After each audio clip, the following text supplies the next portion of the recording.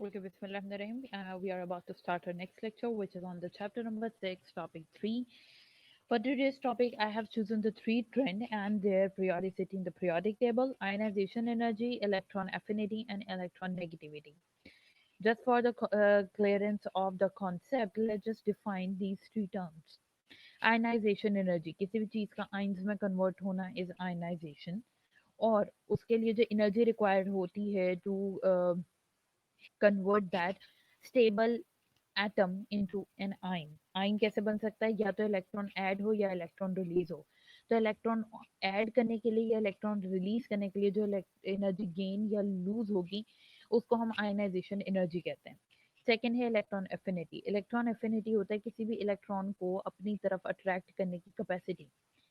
Electron negativity bonding के बाद होती है. जब बॉन्डिंग हो जाती है उसके बाद जो भी ज्यादा इलेक्ट्रॉन नेगेटिव एलिमेंट होगा वो बॉन्डेड पेयर ऑफ इलेक्ट्रॉन को अपनी तरफ बेहतर तरीके से खींच सकेगा और अपनी तरफ ज्यादा रखेगा, और जो दूसरा होगा वो इलेक्ट्रो पॉजिटिव या लेस इलेक्ट्रो नेगेटिव कहलाएगा. For today's lecture, we are going to define only the ionization energy, while the electron affinity and electron negativity we will cover in our next lecture. Ionization energy. The ionization energy of an element is the minimum energy required to remove an electron from its gaseous atom to form an ion. This process is called ionization energy. Ionisation energy किसी भी element की वो minimum energy होती है जो require होती है कि हम रिमूव कर सकते हैं इलेक्ट्रॉन को उसके गैशियस एटम में से. गैशियस एटम मतलब पहले नॉर्मल एटम को गैशियस एटम में कन्वर्ट करेंगे और फिर उस गैशियस एटम से हम एक इलेक्ट्रॉन को नॉकआउट करेंगे. अब वो जो इलेक्ट्रॉन नॉकआउट करवाने के लिए एनर्जी रिक्वायर्ड है, that is called ionisation energy. Process ionisation कहलाता है. मैग्नीशियम Mg पॉजिटिव और एक इलेक्ट्रॉन के अंदर कन्वर्ट होता है.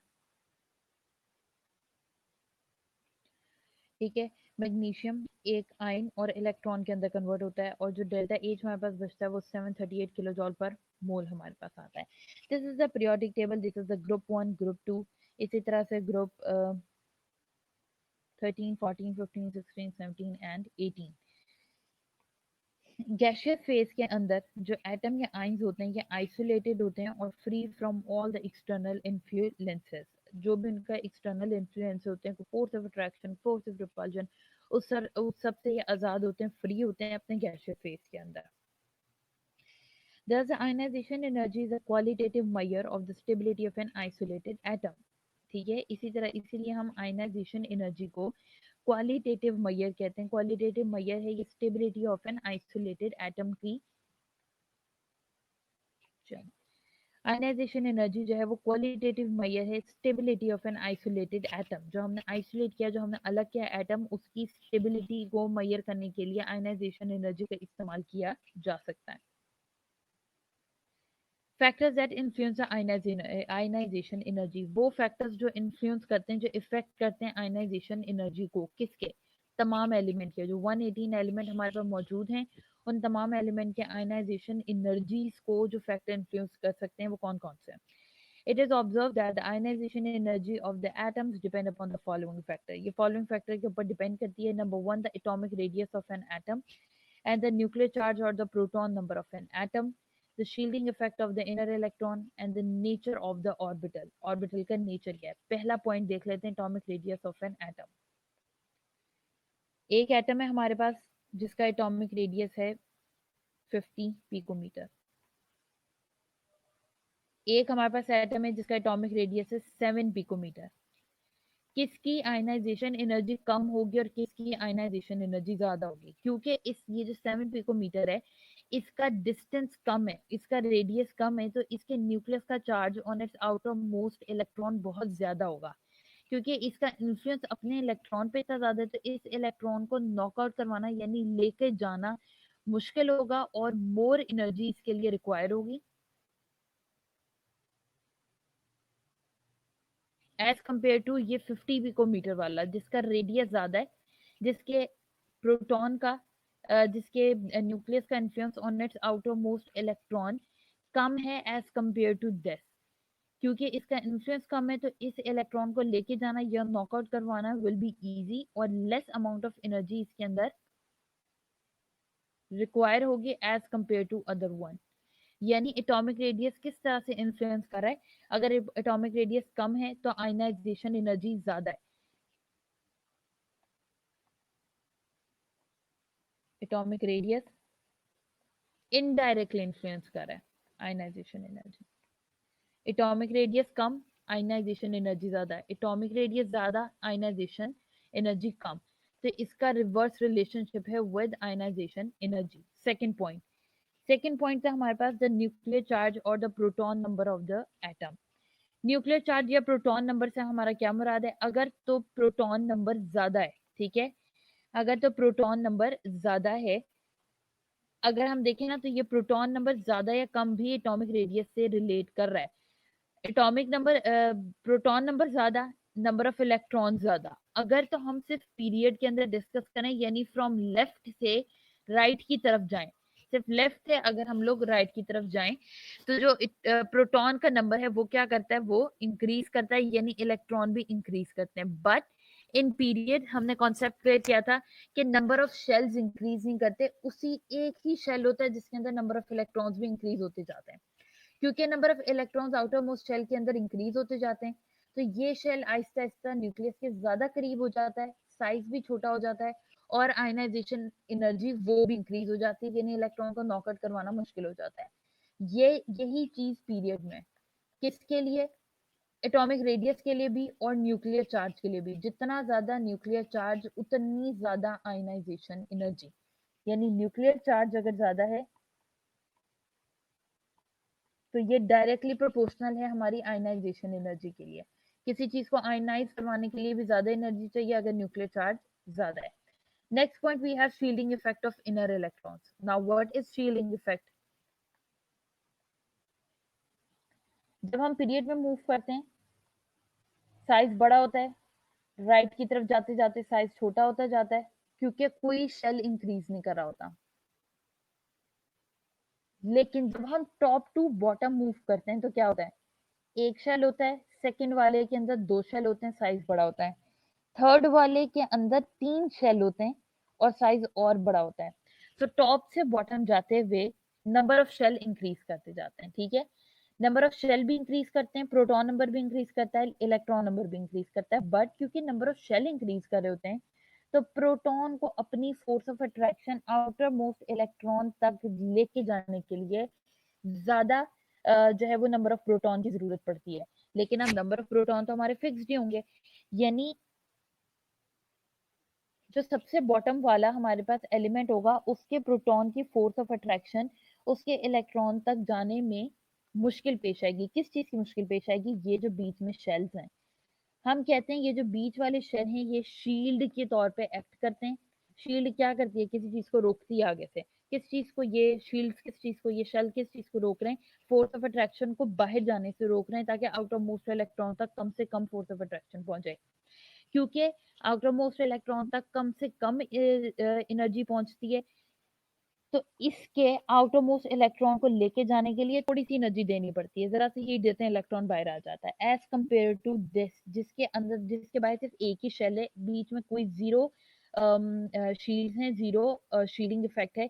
इसके इलेक्ट्रॉन का, इसके प्रोटॉन का चार्ज ऑन इट्स इलेक्ट्रॉन इतना ज्यादा है कि इसकी एनर्जी, इसके इलेक्ट्रॉन को निकालने के लिए ज्यादा एनर्जी देनी पड़ेगी एज कम्पेयर टू ये बड़ा वाला, जिसके में बहुत सारे शेल्स हैं, जिसमें बहुत ज्यादा शील्ड हैं, जिसमें शील्डिंग इफेक्ट बहुत ज्यादा है।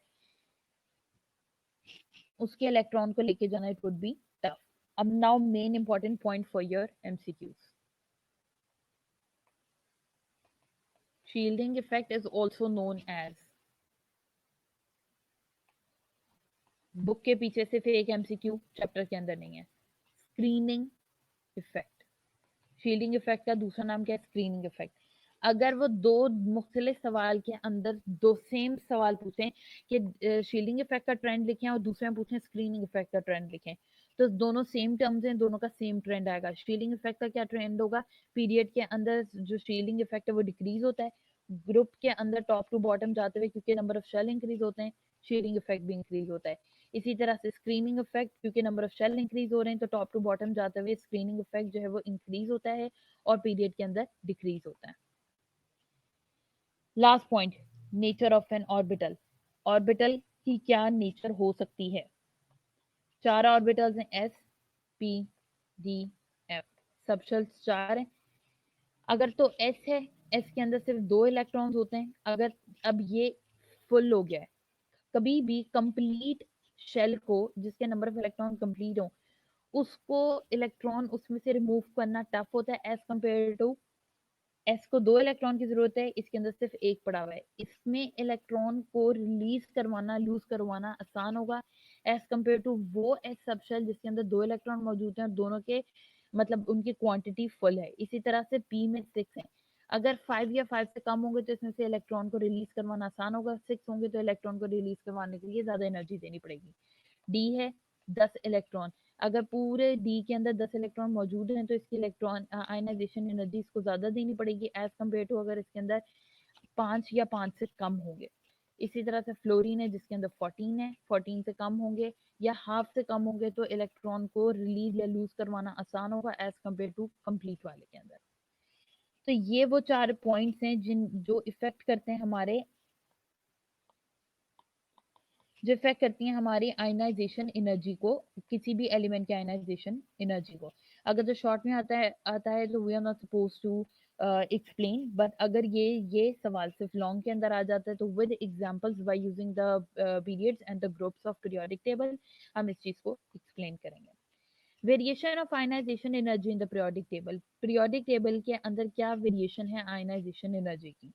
वेरिएशन किस तरह से आयनाइजेशन एनर्जी इंक्रीज होती है और किस तरह से आयनाइजेशन एनर्जी डिक्रीज होती है। अब मुख्तलिफ ट्रेंड्स हैं तो हम क्या कर सकते हैं, टेबल बना सकते हैं जिसमें shielding effect, ionization energy, electron affinity, electron negativity, atomic radius, atomic size, इन तमाम का नाम लिखें और आगे उनके पीरियड और ग्रुप के अंदर अगर वो इंक्रीज करनी है तो वो लिखें विद रीजन और डिक्रीज करनी है तो वो लिखें विद रीजन।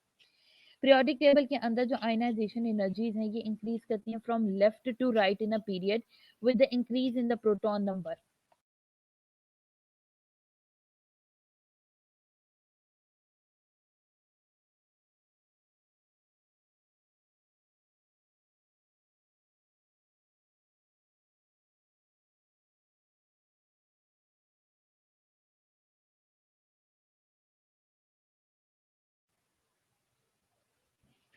हाँ जी, पीरियोडिक टेबल के अंदर जो आयनाइजेशन एनर्जी है वो इंक्रीज करती है from the left to right, यानी हाइड्रोजन वाली साइड से लेके नोबल गैसेस वाली साइड तक हमने जाना है from left to right in the period with increase in the proton number. Proton number increase करता जाता है। जब रिमेंबर दिस कि जब जब प्रोटॉन नंबर इंक्रीज करेगा तब इलेक्ट्रॉन नंबर भी इंक्रीज करेगा until a maximum value is reached at the end of the period.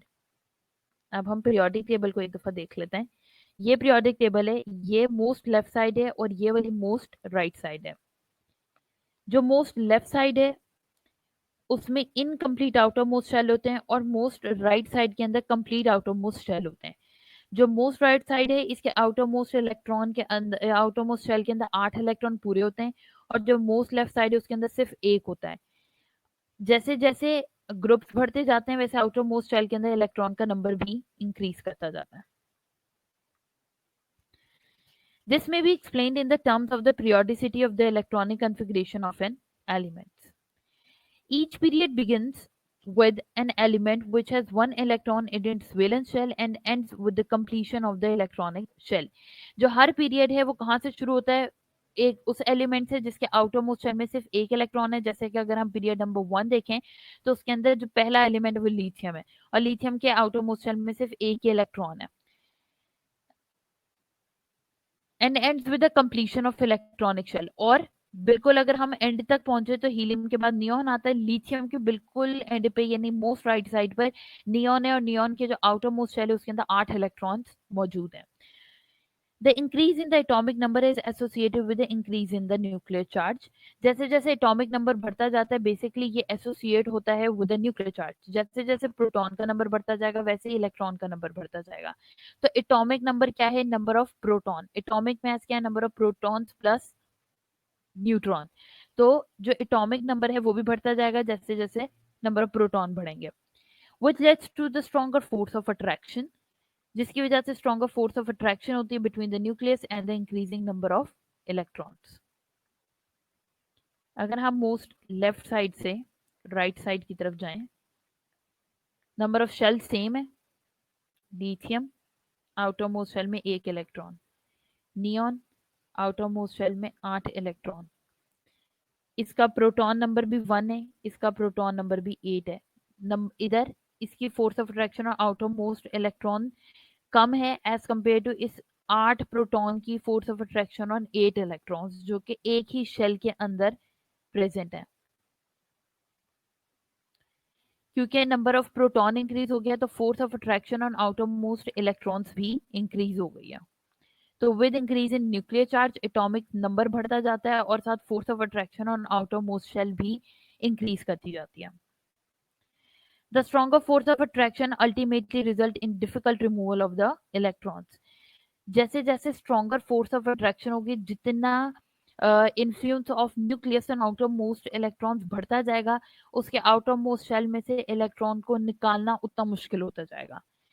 Ultimately result in difficult removing of electrons in the group के अंदर यानी top to bottom ionization energy कम होती जाती है, डिक्रीज होती जाती है in spite of the increase in proton number और न्यूक्लियर चार्ज। अब जो ग्रुप है उसके अंदर भी न्यूक्लियर चार्ज भी इंक्रीज होता है, उसके अंदर एटॉमिक नंबर भी इंक्रीज होता है, प्रोटॉन का नंबर भी इंक्रीज होता है। लेकिन with increase in proton number electron number जो आयनाइजेशन एनर्जी है वो डिक्रीज की होती जाती है। वो डिक्रीज इसलिए होती जाती है क्योंकि नंबर ऑफ शेल इंक्रीज होते जाते हैं। जैसे जैसे नंबर ऑफ शेल इंक्रीज होते जाते हैं जो इलेक्ट्रॉन्स है वो न्यूक्लियस से दूर होते जाते हैं और क्योंकि उस डिस्टेंस की वजह से और शील्ड्स जो बीच में प्रेजेंट होती हैं, जो शेल्स प्रेजेंट होते हैं जिसे हम शील्ड कहते हैं, उनकी प्रेजेंस की वजह से जो न्यूक्लियस का होल्ड है ऑन आउटर मोस्ट इलेक्ट्रॉन वो कम होता जाता है और आयनाइजेशन एनर्जी भी डिक्रीज करती जाती है। This is due to the successive addition of the electronic shell, as a result of which the valence electrons are placed at the larger distance from the nucleus. ये क्योंकि successive addition हो रही है electronic shell की जिसकी वजह से valence electron जो है वो लार्जर डिस्टेंस पे प्रेजेंट होता है न्यूक्लियस के। As the force of attraction between the nucleus and the outer electron decrease, क्योंकि फोर्स ऑफ अट्रैक्शन न्यूक्लियस और आउटर इलेक्ट्रॉन्स के बीच में इंक्रीज करती जाती है with the increase in the distance. Distance increase क्योंकि हो रहा होता है, इलेक्ट्रॉन आसानी से रिमूव हो सकता है मोर इजीली और with the less energy, come energy लगा के और मोर आसानी से, ज़्यादा आसानी से और बहुत कम एनर्जी लगा के इलेक्ट्रॉन को आसानी से रिमूव करवाया जा सकता है। मोर ओवर जो फोर्स ऑफ अट्रैक्शन है ये भी कम होती जाएगी due to increasing shielding effect of the intervening electron. Intervening electron वो जो इनर शेल के होते हैं, जो वैलेंस शेल है उसके बाद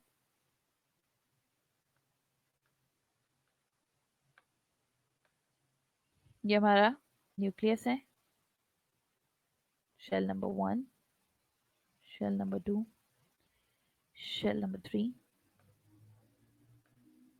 valence shell, electrons 1 2 1,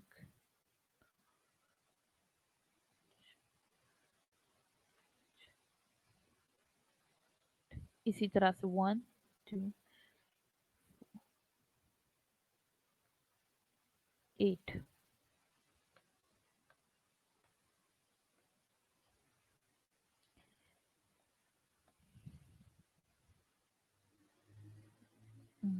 ठीक है। अब इस न्यूक्लियस का charge on outer most electron क्यों कम होता जाएगा? इस न्यूक्लियस का चार्ज इस इलेक्ट्रॉन के ऊपर बहुत ज्यादा होगा, इसके ऊपर थोड़ा कम होगा और इसके ऊपर और कम होगा। क्यों? क्योंकि बीच में ये जो इंटरवीविंग इलेक्ट्रॉन्स हैं, ये जो शेल के बीच में इलेक्ट्रॉन्स हैं, इनको इंटरवीविंग इलेक्ट्रॉन्स का नाम दिया गया है। इन इंटरवीविंग इलेक्ट्रॉन्स की प्रेजेंस की वजह से आउटर मोस्ट शेल के इलेक्ट्रॉन्स के ऊपर न्यूक्लियस का चार्ज डिक्रीज कर जाएगा, यानी कम हो जाएगा। Ionisation energy of group 3a and 4a show abnormal trend and this can be understood from the distribution of the electron। जो 3a और 4a ग्रुप है, लेट्स सी 3a और 4a कौन सा ग्रुप है? देखें 1a 2a, this is and this is।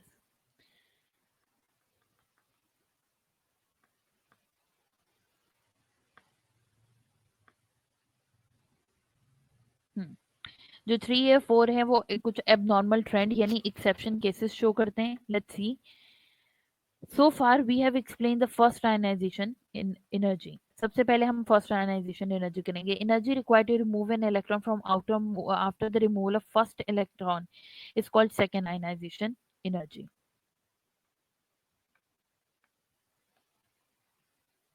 Nucleus, shell, दो electron मौजूद हैं। जब पहला इलेक्ट्रॉन रिमूव होगा तो ये बन जाएगी हमारी first ionisation energy.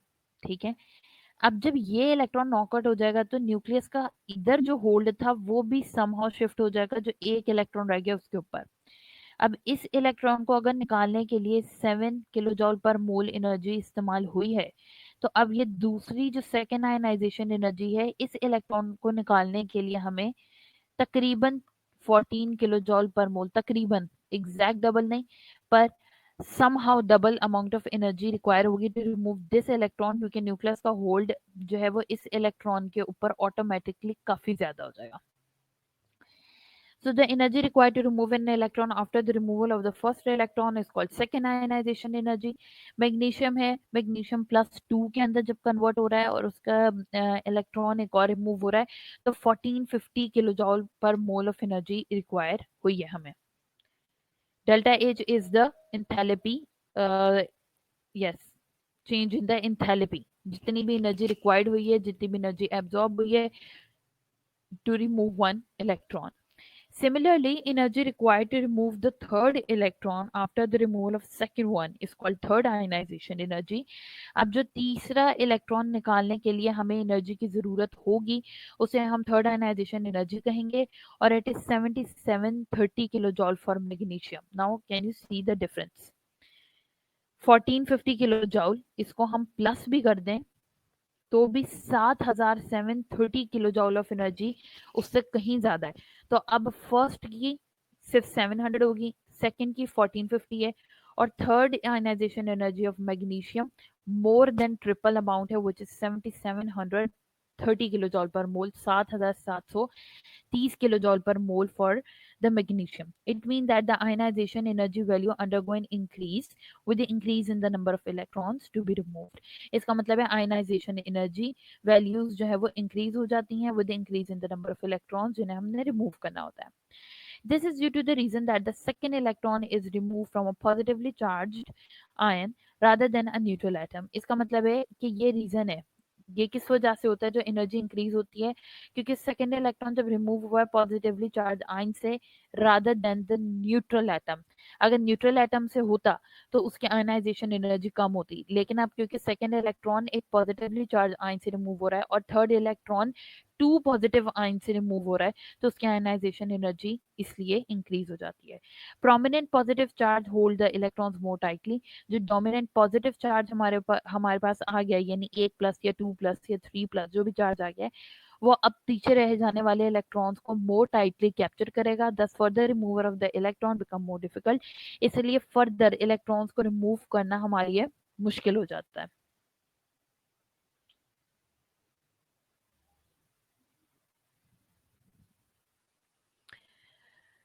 Ionization energy is an index to the metallic character. Ionisation energy हमारा इंडेक्स होता है मेटालिक करेक्टर के लिए। Elements having low ionisation energy, वो एलिमेंट जिनकी आयनाइजेशन एनर्जी कम होती है वो मेटल्स कहलाते हैं, जिनके हाई आयनाइजेशन एनर्जीज होती हैं वो नॉन मेटल्स कहलाते हैं। क्यों? क्योंकि मेटल्स इलेक्ट्रोपॉजिटिव होते हैं, उनकी टेंडेंसी होती है कि वो आसानी से इलेक्ट्रॉन दे दें। अब इलेक्ट्रॉन आसानी से कौन देगा? जिसकी आयनाइजेशन का एनर्जी कम होगी, उसे जरा सी जो है वो हार्श कंडीशंस मिलेंगी और वो इलेक्ट्रॉन फौरन से अपना रिमूव कर देगा। तो वो एलिमेंट जिनकी लो आयनाइजेशन एनर्जीज होती हैं वो अल्टीमेटली मेटल्स कहलाते हैं, क्योंकि वो आसानी से इलेक्ट्रॉन रिमूव कर देते हैं, इलेक्ट्रोपॉजिटिव बन जाते हैं या पॉजिटिव आयंस के अंदर कन्वर्ट हो जाते हैं।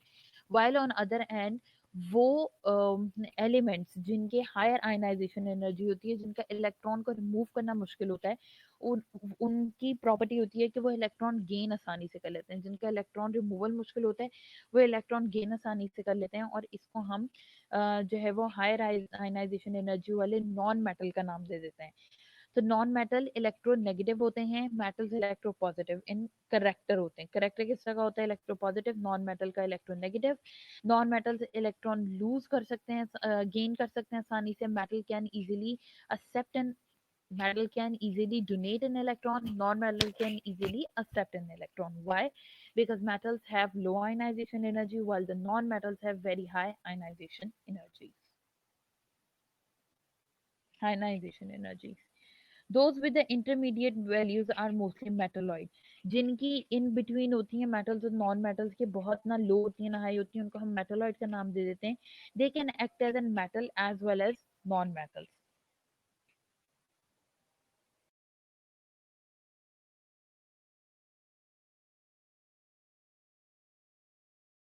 So let's talk a little bit about a word you might have heard, and that is ion. Let's talk about what it is, and then we'll talk about trends in the periodic.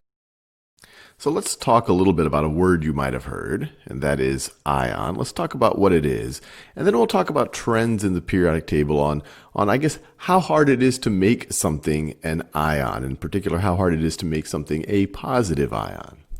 So an ion is just an atom or a molecule that has charge. And it'll have charge if the protons are not equal to the electrons. Neutrons are obviously also a constituent of atoms, but neutrons are neutral. What you're going to get your charge from are your protons, your electrons. So you're going to have a net charge if your number of protons, and this is for an atom or a molecule. A molecule is just a bunch of atoms bonded together. If the number of protons does not equal the number of electrons. And you can have positive ions if the protons are more than the number of electrons. Protons are positive, electrons are negative. And you can have negative ions if the number of electrons are greater than the number of protons. For example, if you just had hydrogen in its neutral state has one proton and one electron. But if you were to take one of those electrons away, then hydrogen would have a positive charge, and essentially it would just be, in its most common isotope, it would just be a proton by itself. And so when we talk about a positive ion like this, where our protons are more than our electrons, the number of protons are more than the number of electrons, we call these cations. Cations. Cation, once again, just another word for positive ion. Likewise, we can have negative ions. So say, for example, fluorine. So fluorine gains an electron. It's going to have a net negative charge. It's going to have a charge of -1. And a negative ion we call an anion. And the way that I remember this is, A kind of means the opposite or the negation of something. So this is a negative ion where we're negating, you could somehow think we are negating the ion. So with that out of the way, let's think about how hard it will be to ionize different elements in the periodic table, in particular how hard it is to turn them into cations. And to think about that, we'll introduce an idea called ionization energy. Ionization energy. And this is defined as the energy required to remove an electron.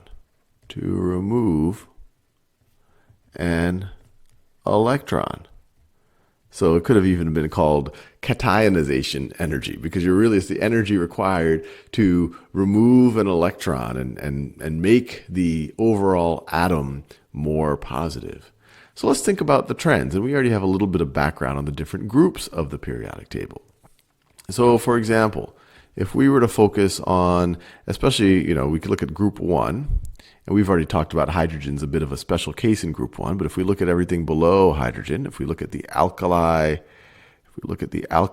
metals here, we've already talked about the fact that these are very willing to lose an electron. Why? Because if they lose an electron, they get to the electron configuration of the noble gas before it.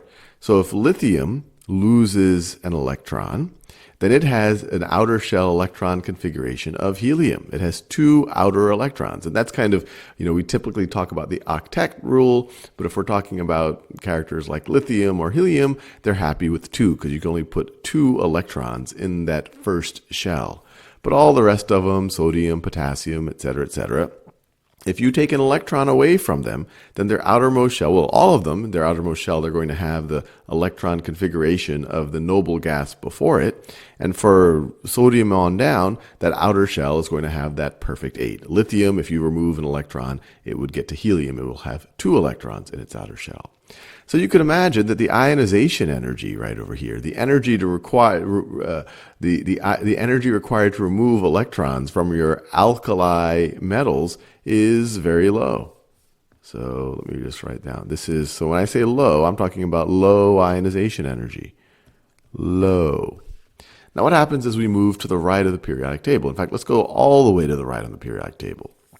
Well, if we go here to the noble gases we've already talked about. They're very, very, very stable. They don't want their electron configurations messed with. So it would be very hard. I mean, neon on down has their 8 electrons, that kind of octet rule. Helium has 2, which is full for the first shell. And so it's very hard to remove an electron from here.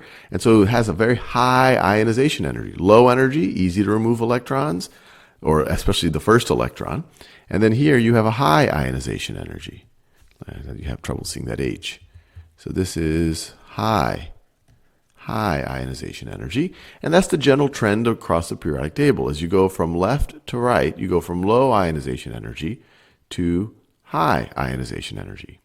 Now what about trends up and down the periodic table? Well, within any group, if we look at the alkali metals right over here, if we're down at the bottom, if we're looking at say cesium right over here, that electron in the 1, 2, 3, 4, 5, 6 in the 6th shell, that's going to be further from that 1 electron that lithium has in its 2nd shell. So it's going to be further away. It's not going to be as closely bound to the nucleus, I guess you could say. So this is going to be even that 1 electron is going to be even easier to remove than the 1 electron in the outermost shell of lithium. So this one has even lower. And that's even going to be true of the noble gases out here. That xenon, its electrons in its outermost shell, even though it has 8 valence electrons, they're further away from the nucleus. And so they're the energy required to remove them is still going to be high, but it's going to be lower than the energy from say, neon or helium. So this is low. So once again, ionization energy, low to high as we go from left to right, and low to high as we go from bottom to top. Or we could say a general trend that if we go from the bottom left to the top right, we go from low ionization energy, very easy to remove an electron from these characters right over here, to high ionization energy. Very hard to remove an electron from these characters over here. And you could see it if you could see this in a trend of actual measured ionization energies. And I like to see charts like this because it kind of shows you where the periodic table came from. When people notice these kind of periodic trends, it's like, hey, it looks like there's some common patterns here. But on this one in particular, we see on this axis, we have ionization energy in electron volts. That's actually, it's literally this is units of energy. You can convert it to joules if you like. And over here, we're increasing the atomic number. So we're starting with hydrogen, then we go to helium, and then we go from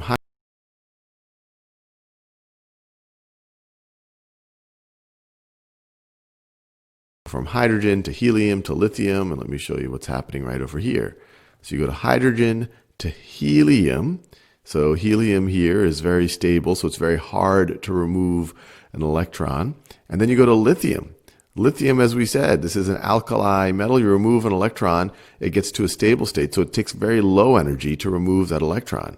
And then as we go from left to right in the periodic table, as we go from alkali metal to noble gases, we see that the ionization energy increases. And there are these little dips here, which you could think about why these or theorize why these dips are occurring. But you see this general trend as we go from alkali metals to noble gases, alkali metals to noble gases, alkali metals to noble gases. Now, one thing you might be saying is, hey, look, you had from here to here, that's the same distance as here to here, but now we have a larger distance here. What's going on here? Well, we have to remember, now we have all of our D block elements. So now, once we get over here, we're now adding all of the D block elements, like you say, in the fourth period. And so we have those added here. So you have D block elements, and then here you have your F and D block elements. And so you see the general trend that your alkali metals, very low ionization energy, your noble gases, very high ionization energy. But as the atoms get larger and larger, the ionization energy goes lower and lower. And something like radon, which even though it's a noble gas, it's ionization energy because those outermost electrons are further away from the nucleus, or they're quite far away from the nucleus, that its ionization energy is actually less than that of hydrogen. Anyway, hopefully you found that interesting.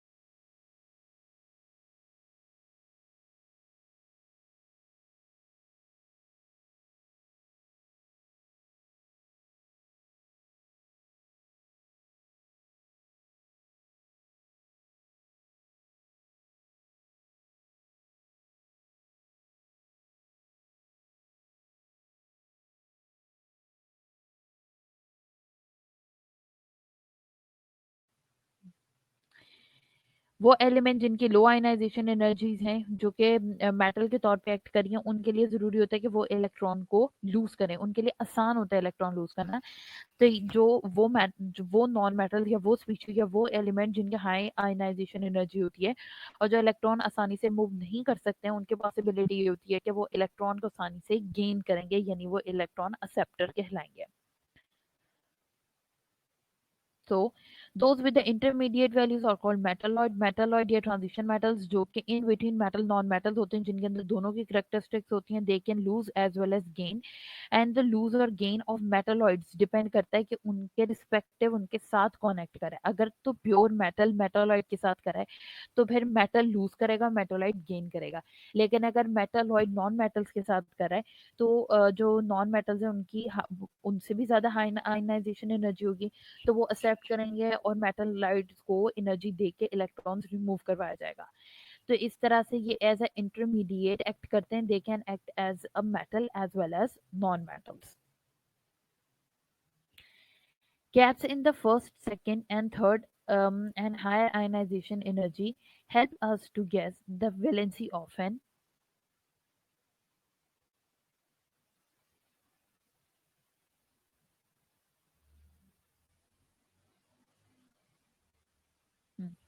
जो gaps हैं first में, third, second में, third और higher ionization energy का, वो help करती है हमें कि हम गैस कर सकें कि एलिमेंट की वैलेंसी क्या है.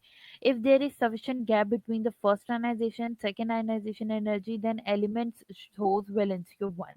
अगर फर्स्ट आयनाइजेशन एनर्जी और सेकंड के बीच में जो वैल्यू का डिफरेंस है वो बहुत ज्यादा हो, तो देन जो वैलेंसी है एलिमेंट की वो 1 कंसिडर होती है. अगर गैप कम हो या थोड़ा सा डिफरेंस हो, तो देन वैलेंसी 2 कंसिडर होगी. अगर 1 2 और 3 के बीच में बहुत ज्यादा डिस्टेंस होगा, तो जो वैलेंसी है वो 2 कंसिडर होगी, वो 3 कंसिडर नहीं होगी. इसी तरह से जितना डिस्टेंस कम होता जाएगा उतनी वैलेंसी हमारे पास बढ़ती जाएगी. वैल्यू के डिफरेंस की बात हो रही है.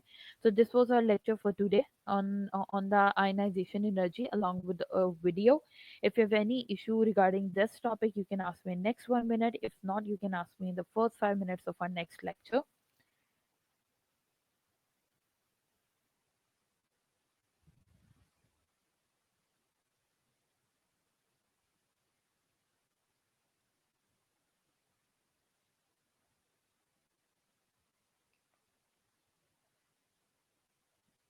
Now I'm generating a poll.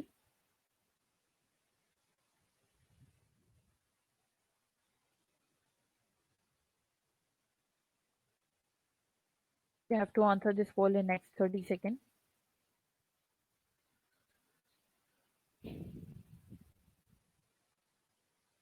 The poll is on your screen that the ionization energy is an index to metallic reactor. Is that a yes or is that a no?